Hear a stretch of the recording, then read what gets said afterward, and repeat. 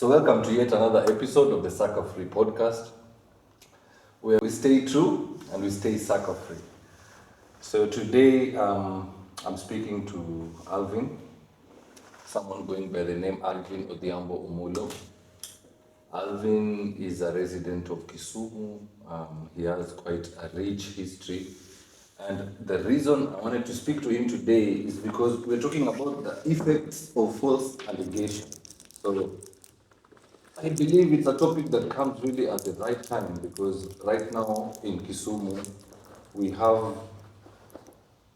it's a stalemate. People are having an issue with security. And it is so current that as soon as last night, I saw, all over the socials that people were out there yesterday and they got hurt, they got robbed. And this happens every day. So what I wanted to do is speak to Alvin because Alvin has a very unique story. Alvin has his background as a police officer. So he's worked as a police officer, and then what happened is, I think a relative of his was caught on the wrong side of the law. He tried to intervene and help. I think he posted bail for this guy, and this guy is nowhere to be seen, so he had to serve time. So it's given him experience, number one, as a cop, number two, as a jailbird, and number three, someone who has experienced the court processes on both sides, as a victim and as the instigator. So I want to introduce him, and that's just a summary of his story. I think he's able to tell you the story some more, better than I did. But just to tie down on that, we want to talk about the security situation in Kisumu. So Alvin, karibu sana to the Suckerfree Podcast. Thank you for having me. Yeah, we really appreciate you. Yeah. And for you to even be here to share your story and even making your time to just be here with us. We don't take that for granted. I appreciate it. So karibu sana. Asante. Yeah, feel sucker-free. By sucker-free we mean you don't feel any kind of pressure. Yeah. You don't have anyone giving you any unnecessary pressure around you. Yeah. You're sucker-free. You're free of suckers. Yeah. Anyone who is sucking your energy the wrong way, you're free of them. So that is the kind of environment we want to create around here. That's nice. So feel sucker-free, man. Thank you. Yeah. Yeah. Karibu sana. Asante. So, where do you want to start? You can tell us a bit about your background. Okay. Your story. Up until before whatever happened to me, I was an administration police officer. So when was this? When did you join as a is it called an officer? An officer. Yeah. Okay. I joined back in the year 2002. So I had been serving for 17 years up until my incident, whereby a cousin of mine was implicated in a robbery with violence case. So I posted bail for him, and immediately after he got out, the police at Kondele colluded with the fellow officers from Nairobi, and my cousin was again rearrested with his crew, and they were not booked in the cells at Kondele. Instead, they were bundled into another pro box and taken to Nairobi. Since then, we never saw them. So by virtue of being the surety for the accused, the court leaned heavily on me. But sadly, in the process, the magistrate overlooked the procedures and went and set an erroneous sentence that sent me to prison for 2 years. Yeah. So in the process, I lost. 2019. Yeah, in 2019, after I had served for 17 years as an officer. Yeah. Wow. So you served a jail term of how long? So I served for 2 years as per the sentence. But due to good conduct, there's a provision in the prison terms whereby a third of your sentence can be hived off so that you leave early if you have no issues with the prison authorities. So rather than serve the full 2 years, I served 16 months and I was released on the 3rd of March 2021. Yeah. Oh my God. Yeah. That is such an ordeal. I'm so sorry to hear about that. Yeah. But, that is already, there's so much to unpack from that small story you've told me. One, there's the, coming in to help out, Yeah. a family member Yeah. in such a heavy issue. Yeah. And then you also come in with your experience as an officer. Officer. You have no idea that such a thing can happen to you. Yeah, I never imagined. Just the way you narrated that story, it reminded me of a certain story, which has made me wonder how often this happens. Because there's one time I remember in 2016, Yes. there's someone who stole some money from me. Yeah. So the DCI here, Yeah. they were so kind. They helped me to trace this guy. It was like it took 2 weeks to look for this guy, but we finally found the guy in Siaya. Yeah. But when we found this guy, he was taken to Kondele police station. Yeah. His mom came to my office the next day, Yeah. an old lady, Yeah. and she cried. I'm not even gonna lie. She cried. Yeah. I remember sitting in my office and looking at her and remembering and imagining that this could be my mom. And I felt so bad. And the previous day when we arrested these guys, I also Yeah, you flexed. I also checked him a bit. So I felt a bit guilty. So I saw the family situation. I saw the mom crying like that, and it got to me. So what I told the mom is, what do you want us to do? She asked me to release the guy, but she told me that she would pay me the money. The money was sort of an amount that she won't be able to pay, because she said she's able to pay me, I think, was it 1,000 shillings a month? Yeah. It would have taken her how many years, maybe 30, 40 years to clear that bill. Yeah. So I just told her, Mama, what you can do, there's this account I have at Housing Finance. You can be putting in money there, whatever you have. And they took my phone and they called the cops and Kondele, and they told them, please release this guy. Yeah. The mom has come in. The cops thought that I have been given the money. Yeah. They thought that I was sorted. You've been settled. Yeah, but I wasn't really sorted. Yeah. Yeah. So I even had to sort them out Again. to release this guy. Yeah. This guy was released. Yeah. Only to be brought back. So the same guy that released him calls me and tells me, this guy is back. He's been rearrested by some other guys. Yeah. And these guys were coming from Nairobi. So it was unrelated. So it was unrelated. Yeah. They had been looking for him. Okay. So they had actually set a trap for him. And it's actually the reason he was telling me that he could go get me the money. Yeah. Because these guys were waiting for him. They had lied to him somehow. I don't know how they had done it. Okay. But as soon as he left, he went to meet them, and it was another trap. Yeah. So he was brought back to Kondele. Now this same guy who released him earlier was calling me and telling me, look, your guy is back here. With a different case now. They were involved in stealing a Pro box. They said, so you've mentioned the Pro box, and I'm like, it sounds so familiar. So this guy was taken to Nairobi. I think the case was handled there, and maybe he served time there, I don't know. And the mom on this other side, I think, deposited like twice. Oh my God. And just never deposited again, which I never, I think. You never followed up after I that? did not. I mean, that it looks like that money was quite an amount for the mom. Now you see how that brings that same Kondele police station to the light. You see, as for my cousin's case, after getting him free through the surety bail, we had a chat, and then he confided in me. He was able to tell me that his part in the alleged robberies, he was the getaway guy because he used to have a motorbike.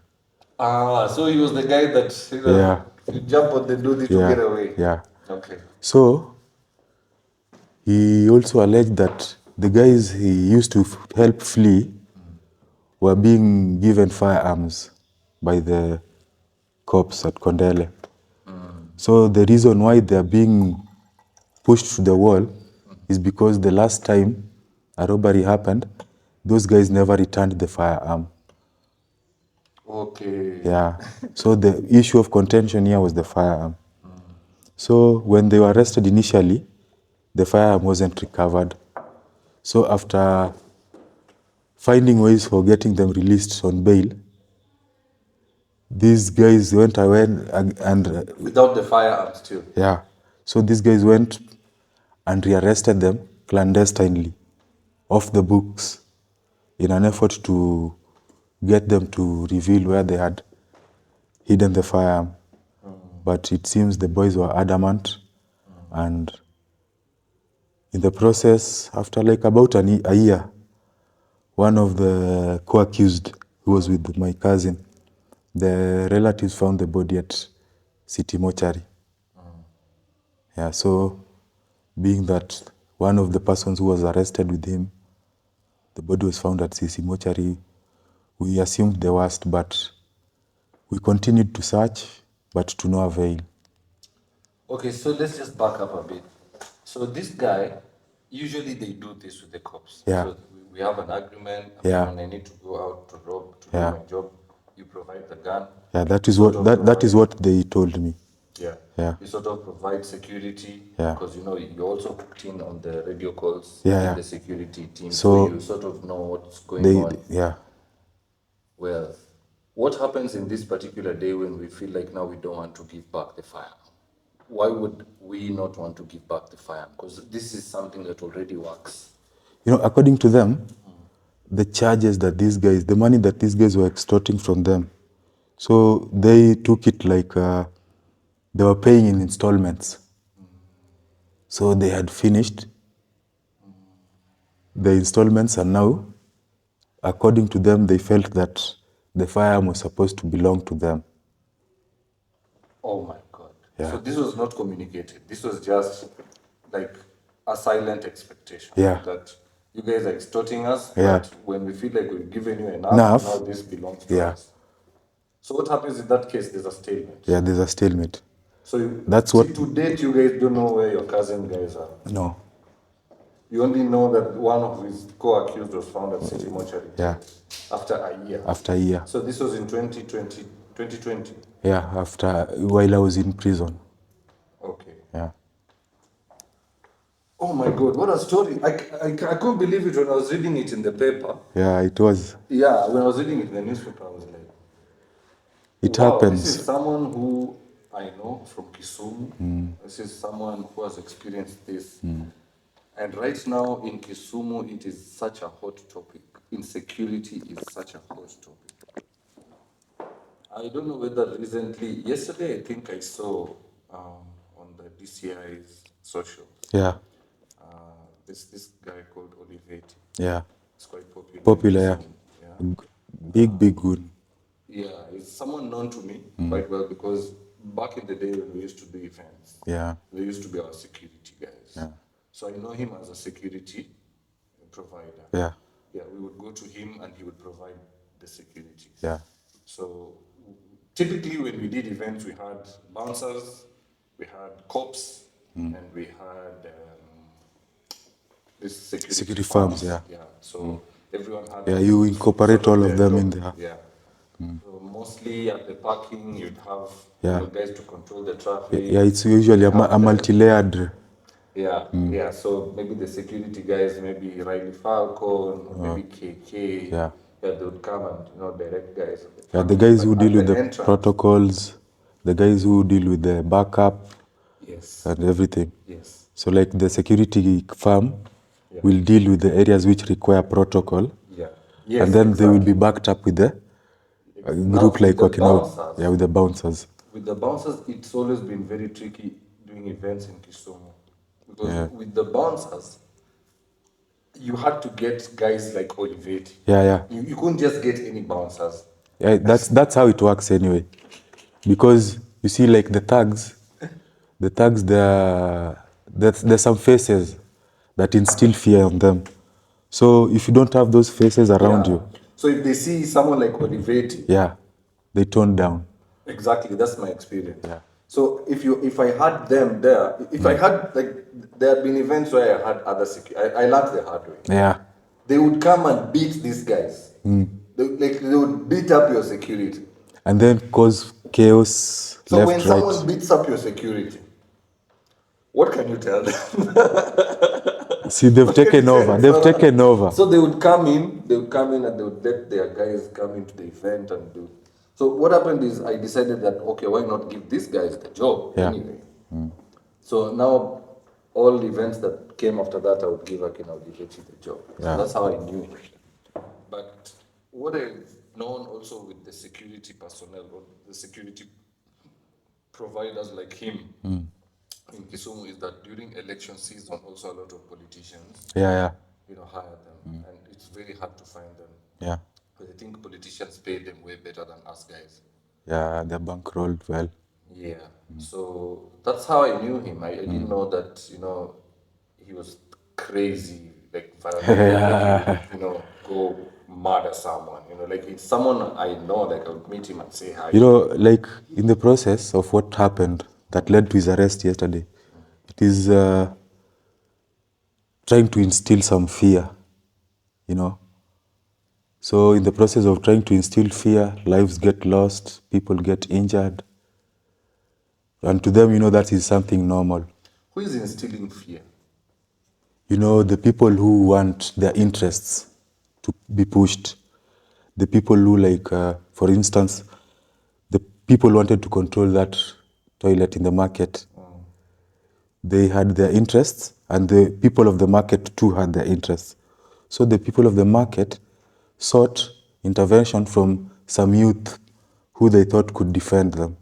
But then the people who wanted to take control there also had their own ideas. So they brought in the likes of Olivetti, and whatever happened, happened. That is crazy. Yeah. So let me get this right. 2 guys were murdered. Yeah. Essentially, it was like because it was 2 initially in the morning hours. Then in retaliation in the evening, I think another 2 also got murdered. So it is from both sides. Yeah, or from both sides. From both sides. Okay, so there was a retaliation. Yeah. After this first bunch of guys were murdered, Yeah.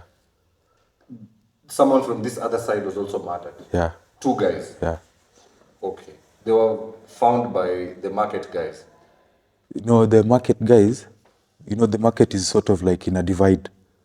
So there's a section that is opposed to the group that is planning to take over the management of the facility.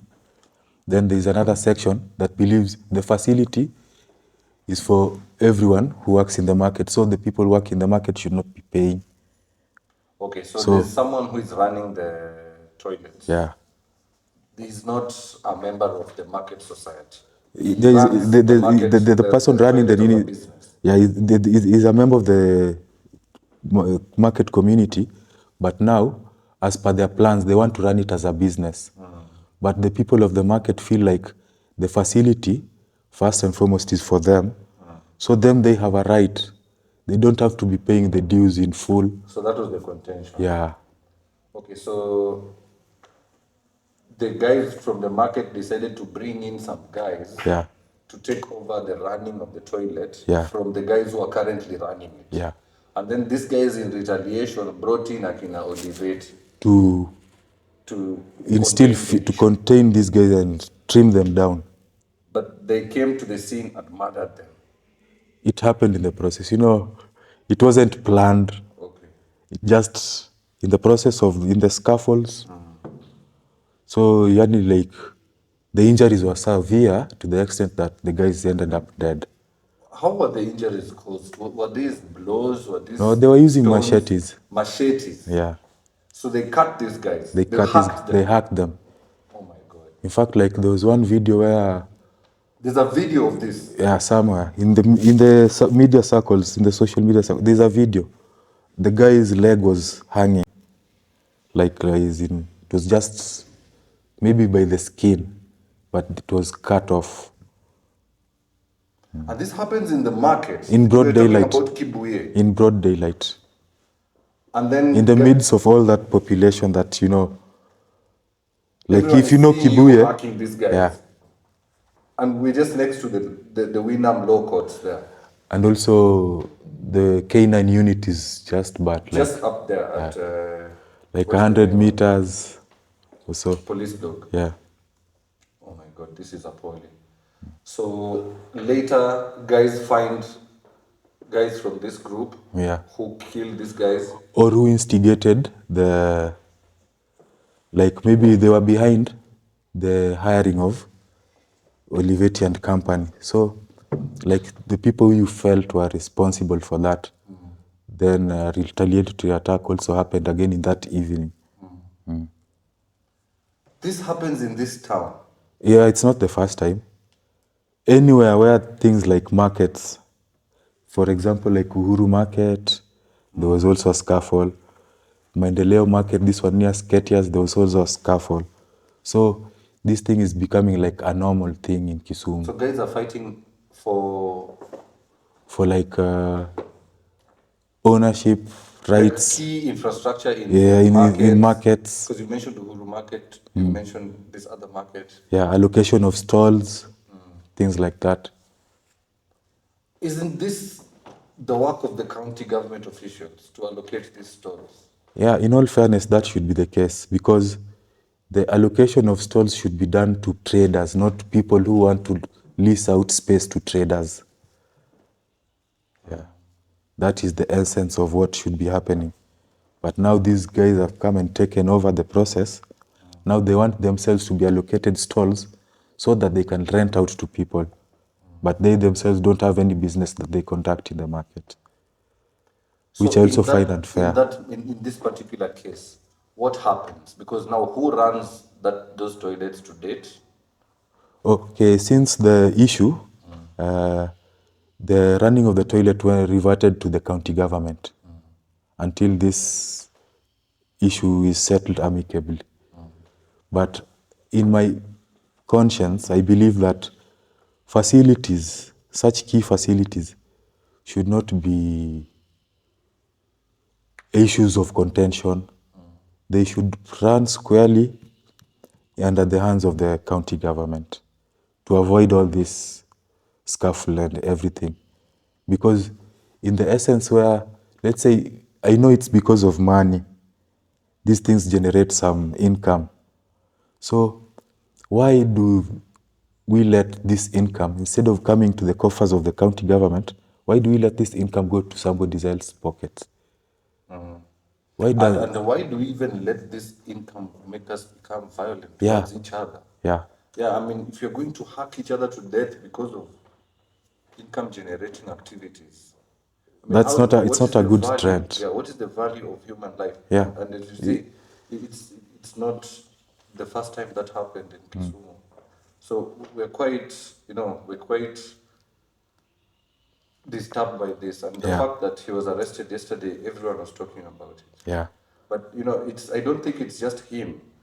Yeah, there are many others who people might be fearing to mention because of fear of reprisal. Because, these guys also, in the process of commandeering these income generating activities, they have a chain of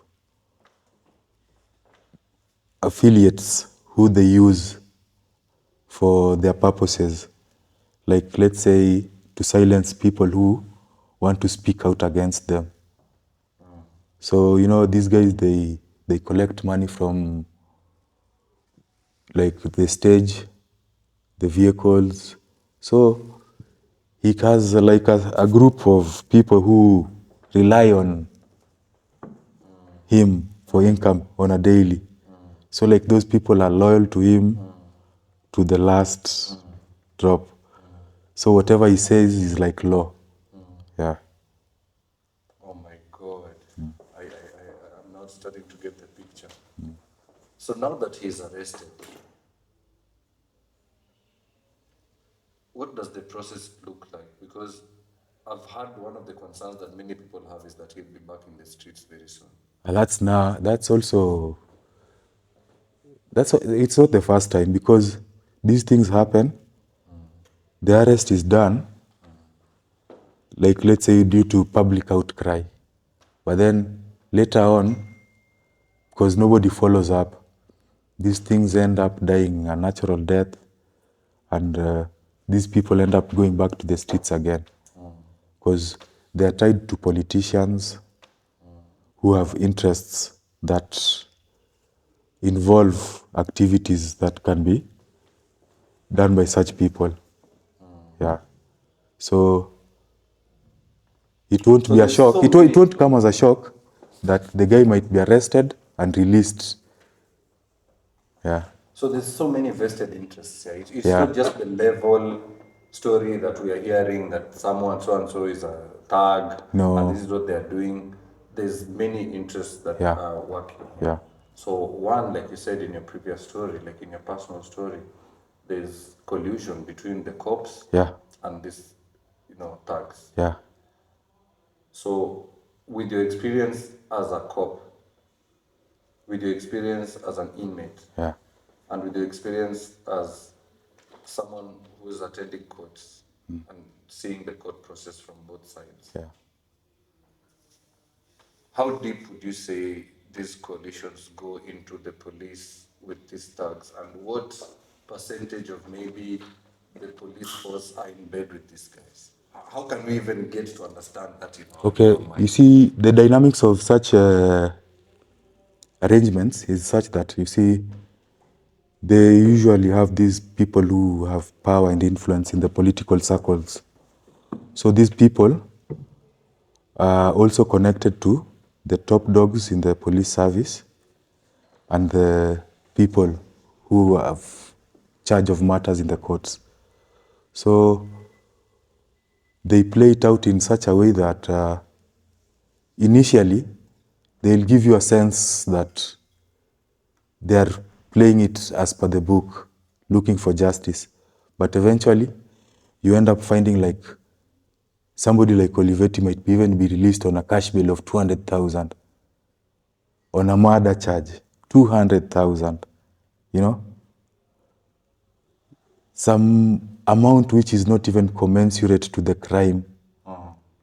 Then you'll find somebody else on an even lesser charge being given a cash bail of even like 500,000. So you see? So that's where first the courts start to weaken matters per se. Because for somebody who has been on the run for over a month or so, like 2 months I think, releasing that person on a cash bail of like 200,000 doesn't really make sense. Because if we go back, somebody who's on the run, that is somebody who's a flight risk first. So for somebody who is a flight risk, if at all you were to release him on bond, the terms must be such that this person, even the thought of evading the process would be the last thing on his mind. But for like Olivetti, 200,000 is like change, because some politicians will just come up, somebody goes 30,000, 50. Then they deposit the 200,000, and if he doesn't appear, what is 200,000 to them, even if it gets forfeited? And that is why the first step of evading justice. And in doing so, the people who are affected by the injustices committed by these people feel like they have nowhere else to turn, because he was arrested, he was released, and is again back on the streets. Well, It leaves people quite helpless. Are we getting any word from our leaders? Because clearly they know these guys and they work with these guys. I've seen a photo of him on the socials. Yeah, it is high time now. Our leaders should now start coming out and being proactive, because we cannot leave the matters of crime within Kisumu to the police alone in this world of today. The county government has its role to play. The elected leaders also have their role to play, in the sense that they also must add their voice to this debate whereby people are getting hurt, people are getting murdered, people are losing property and everything. So these guys must also add their voice and make a stand so that the people can know our leaders also are with us. But now when the leaders come and become silent when such things are happening, you start wondering. Yeah, I mean the residents of Kisumu are not happy. Yeah, The it's not residents of it's Kisumu not good at all. are not safe. You know, they are not. They can't feel like Because if I you mean, in imagine, Kisumu, you can't be outside past you, 9 p.m. imagine a place like Riyadh, go and look like at the prices of land there. And then you ask yourself, you bought a piece of land in Riyadh, you built your very expensive house there. But now, when you want to go to your house at 9 o'clock in Riyadh, you're not sure whether you'll get home safe. Is that really fair? I was listening to when is today? Today is Thursday, Wednesday. On Saturday Yeah, or Friday. yeah. I was listening to. I was not even the one listening. A friend of mine came to visit me, and he told me that he was listening to Radio Nam Lolwe in the morning. And he had heard Mr. Audiogada. I don't know whether you're familiar with Audiogada. Yeah. He had heard Mr. Audiogada. He was on Lolwe, and he was talking about the insecurity in Kisumu, and he was talking about the coalition with the cops, and even the OCS was called during that interview. So this friend of mine, he comes from Nairobi, but he's spent some time in Kisumu, and he's fallen in love with Kisumu. Yeah. So he's getting a bit concerned about Kisumu issues. He was telling me, you should have had that guy, I mean, it's really crazy out here. And it's only voices like Audiogada who are out here speaking, in places where we expect our elected leaders. Yeah, to come forward, Yeah. to be on the front line. Because even if we look at it in another aspect, now let's leave alone violent crime. There's another silent crime that is emerging at a very high rate in Kisumu, and that is about hard drugs. Hard drugs in Kisumu is now a reality. Heroin is being sold in Kisumu openly and even in plain sight of cops. What do you mean? You're talking about heroin. You're talking Yeah, about unga. these are class A drugs. Yeah, imagine. They're being sold in the open in Kisumu. In How Kisumu. come? Okay, personally, I don't know anything about this. Where is this? Where do people You buy see, heroin? there's a place, the most notorious now place in Kisumu called Kijiweni in Manyata. Or inside Manyata? Yeah. There's a place called Kijiweni. Yeah. So Kijiweni, there, even if you go, there are some big boulders where those guys like sit and do their shit. I've been there severally and I've witnessed. And even if we can find time one of these good days, we can just go there undercover, chini ya maji, and we purchase and you see how easy it is to get drugs in Kisumu. Heroin? Yeah. This is being sold to our Youths. Like that time I saw, there was like this nini for 100, this fix for 100 bob. So they use the roaster cigarette. Then you're given that with a Rizla and then the drugs. So they tear apart the roaster and they mix it with the drug, which is in powder form. Then they roll it again in the Rizla and they smoke it. So they smoke the heroin? Yeah. How much heroin is this that you'll get for 100 shillings? The ones who smoke it, they're the ones who inject themselves. The amount that they use for 100, I don't even know kiasi yake ni ngapi, but there's a measurement they use. And then those guys just do their thing. They're there. They don't even go far. And while I was there, because there's a friend of mine who works with an NGO dealing with issues of drugs, so he was taking me around. Because I never believed at first. So he was taking me to see for myself with my eyes. And what I saw... Were you a cop at that time? No, at that time, yeah, I was a cop. But I wasn't stationed in Kisumu. Then so cops know about this? So as I was there, the plainclothes cops who came and collected, there's a vehicle. What do you mean collected? They also came for the heroin? No, they collected their whatever, ile ya macho. So they have their cut. Yeah. So it's open business and they have their, sort of their margin. Their margin. In Kisumu? In Kisumu. Oh my God. In Manyata? In Manyata. Wow. The same place where it's also a notorious hideout for these violent criminals. So you wonder, these guys do drugs here, these guys are the people who rob people out there, and you just come to collect money instead of stopping all this operation and swooping these guys, taking them to cells, calling victims. What do you think would be the solution? First, also, I think the blind eye that has been turned to things happening in Kisumu by the security agencies, that should be first of all looked into. And also the reactive based policing should be done away with, which should start being more proactive.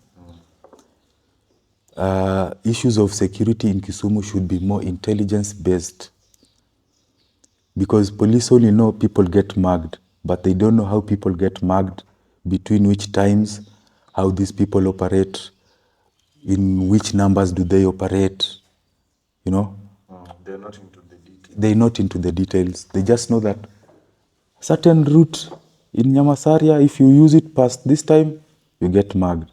But they don't know who does the mugging, how the mugging happens, But from what we're discussing, it might even be a collision. So Yeah, you never know. They might be leaving those people a window to operate. Explains the, what I would call that attitude they have? It's called nonchalance. Yeah.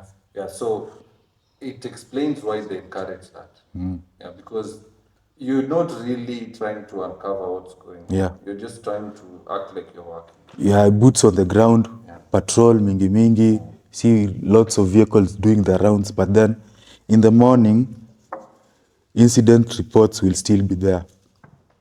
And that is a thing that can be ended easily, because intelligence, once you want to fight something, like apps power training, you can't fight what you don't know. So you first have to try and know who this enemy is, how this enemy operates, how many are they, what type of weapons do they use, things like that. You see? Okay. Yeah. So, all in all, our lives, whatever happens in our lives happens for a reason. Yeah. I wonder if you've had time to reflect on your experience and really ask yourself why the universe got you to go through what you've gone through. What lessons have you picked along the way? Have you had time to introspect and Yeah. ask yourself these questions? Yeah, I do what that. This really means. I do that a lot. Because in the first instance, my experience sort of like isolated me, in the sense that, in this world of today, when things go south for you, you'll find yourself alone. And it sometimes hits you hard. And maybe, like for me there was a time I was in a very bad depression. And there were times I even tried to commit suicide.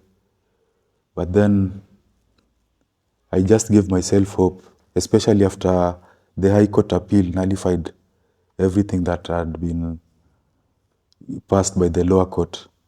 The High Court, though it came late, but it gave me a lifeline, because at least somewhere it will give you hope. Yeah, it gave me hope, because it somehow proved that whatever happened was not a fault of my own. Though I suffered, but I didn't suffer for a mistake on my part. Yeah. So, don't you acknowledge the role you played? Yeah, by paying. Yeah, I do. Yeah. And sometimes I regret. Responsibility. Yeah. I can't blame the system fully, because in the first instance, if I hadn't posted bail, I And wouldn't. you being a cop, you should know better. Yeah. So if I hadn't engaged in posting bail, I wouldn't have been in that position. That I accept, and I take full responsibility for that. But now, whatever happened, happened. It can't be undone. So going forward, what I came to learn, sometimes there are situations that come to your life to teach you humility, also get you to pass through some experiences that also other people go through, which you never knew about. It gets you to look at life from the Yeah, other side. yeah. Yeah, now Change you're perspective. the one who's been taking prisoners to court. You're Yeah. the one who's been bringing them Yeah. back to prison. You interact with the prison wardens. Yeah. And now you are now the one behind the... Yeah. You're now being hosted. Yes. There. And now you are at the mercies of your colleagues. Yeah. But now when you went to jail, you're now at the mercies of the wardens. The wardens, Yeah, the prisoners who've been put in charge of the I can imagine. Tell me a bit halls. about that experience. Now, that was the initial, whatever, let's say, the initial lesson of humility. Being a cop sometimes gives you that air of high-handedness. There's things you never imagined can happen. Like, for a cop to be sent to prison, that is the last thing that comes to mind. But now you find yourself in that situation. Sasa wewe ndio uko chini ya ulinzi. Na wewe ndio ulikuwa unalinda watu. It is... So this is the moment of humility, Yeah. that you realized. So, for you to go through that experience without much friction, because, if you're not humble, you'll always be fighting these people, arguing, and it will not go down well, because you're in a place where they have the power over you. So you have to accept that. Yeah, accept that they have power over you, do what they want, and keep yourself out of trouble. Yeah. Very, very interesting. So the day you've landed, where did you serve time? At Kodiaga? At Kodiaga, yeah, Kisumu Maximum. Okay. So the day you've gone into Kodiaga, Yeah. had you been familiar there with Kodiaga? Had you... Not beyond the gates. But now, the gates and beyond was a new experience. Tell me a bit about that. For like a grown-up, being locked in a room from the outside, that's one of the most challenging things. You are being told what to do, when to do, how to do it, and you're used to your freedom. It was quite challenging at first. Like the first few days, even sleeping was, because you still can't believe it is happening. But then with time, just get to catch up with the environment, and then you pick with the rest of the group. And it becomes normal. It becomes normal. And you find people that you relate with. You relate with, and also there are people like who appreciate you also, because being a Kisumu person, there are people also there who knew me before I went there. So you found some guys on the inside. Yeah. Yeah, that you're familiar with. Yeah. I can imagine that. So that helps you a bit with navigating. In navigating. Yeah. So how was your experience? Would you say it was bad, good, Okay. fair? Generally, it was bad because, the mental impact of confinement, it never wears off easily.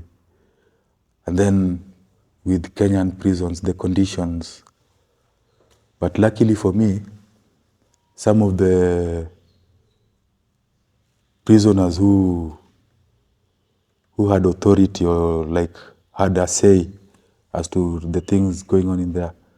There are people who knew me, so, and also the wardens also, for the ones who had the way the case was driven by the magistrate at the, they sympathized with me, so there was some like preferential treatment that I was accorded, which helped me adjust and cope with the conditions there. But it's not an easy life. Yeah. So in there, there's prisoners who have some authority. Yeah.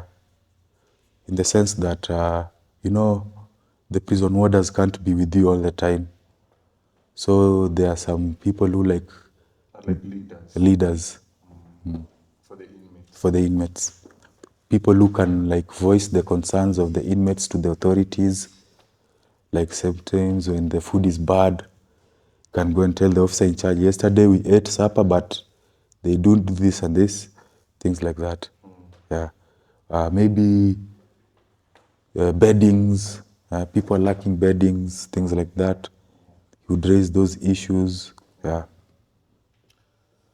What an experience, man. And now when you came out, when was this now? 2020? 2021. 2021. Yeah. So you've been out 3 years now. Yeah. Is there any chances to get back into work? The police? Going by the judgment of the High Court, there is every hope, because you see, let me look at it kidogo hapa. There is a point where the High Court made some remark about the judgment from the lower court. If you can allow me to read it kidogo tu. Yeah, Hiyo section ya mwisho. Sure. Yeah. Sure, man. So What a story, man. the nini. So the disposition upon appeal. So for the foregoing reasons, the upshot of this court's decision is that the appellant's appeal that was launched on the 10th of February 2020 was successful, and the same be and is hereby allowed.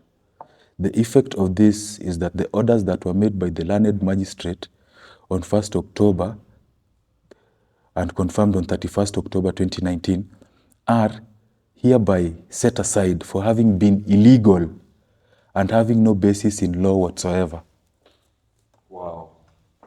Yeah. So that's the judgment from the High Court. Yeah. Have you tried to get back to work? Yeah, I'm currently pursuing some processes. So initially, what I'm supposed to get at the moment is an appraisal from my last station, from the officer in charge at my last station, attaching this judgment from the High Court, and then the process can begin from there. Oh, there's a whole process of now getting back to it. They don't have. Okay. It's not that automatic. Yeah.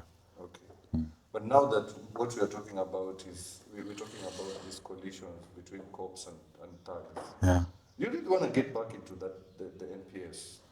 Or Yeah, are because there really like good cops or just genuinely good? yeah, cops I would like to get back, because initially, I myself, the spirit with which I was serving to make a positive impact in society.